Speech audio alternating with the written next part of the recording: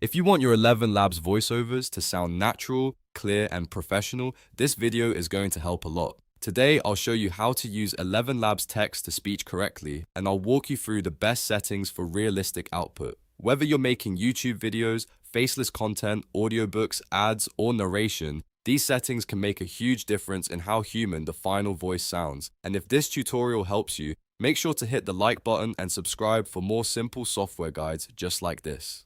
Alright, let's get into it.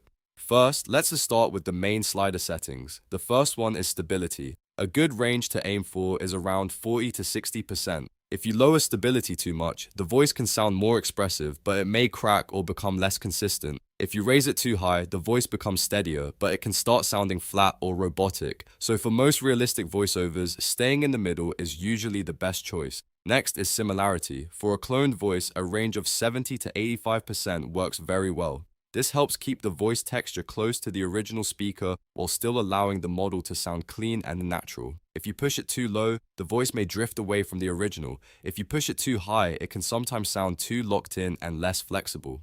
Then you have style exaggeration. For most cases, keep this low, around 0 to 10%. This setting controls how much dramatic expression the voice adds. A little can help, but too much can make the speech sound like it is overacting, which is usually not what you want for clean narration. After that, check speed. A range of 0.9 to 1.1 times is usually ideal. Slightly slower can sound more thoughtful and clear, while slightly faster can help if the voice feels too drawn out. The key is to make sure the pacing matches the content, so always test a few short samples before finalizing your full script. Another important setting is speaker boost.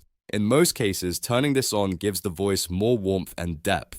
It can make the output feel fuller and more polished, especially if you want a strong professional sound. Now let's talk about model selection, because this is just as important as the sliders. If you are using 11v3, that is usually the better choice for emotional, cinematic, or highly expressive scripts.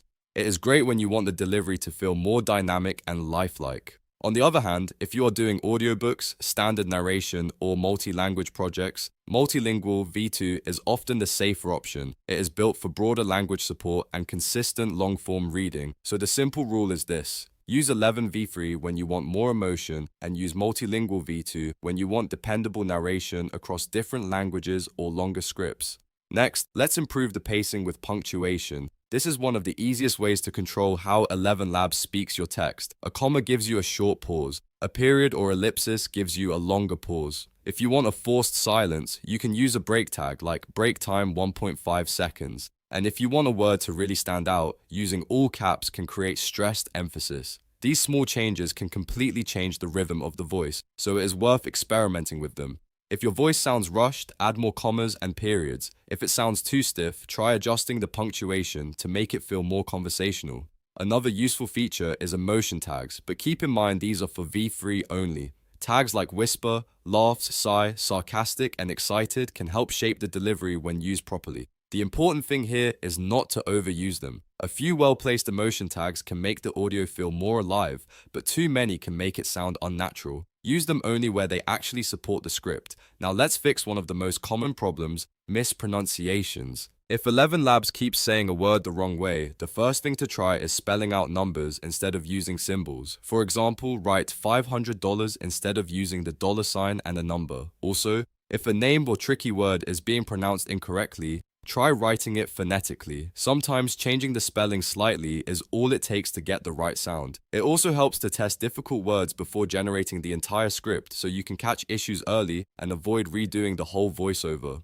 So to quickly recap, the best ElevenLabs settings for realistic output are stability around 40 to 60%, similarity around 70 to 85%, style exaggeration kept low, speed around 0.9 to 1.1 times, and speaker boost turned on. Then choose the right model, use punctuation to control pacing, add emotion tags only when needed, and always fix mispronunciations before exporting your final audio.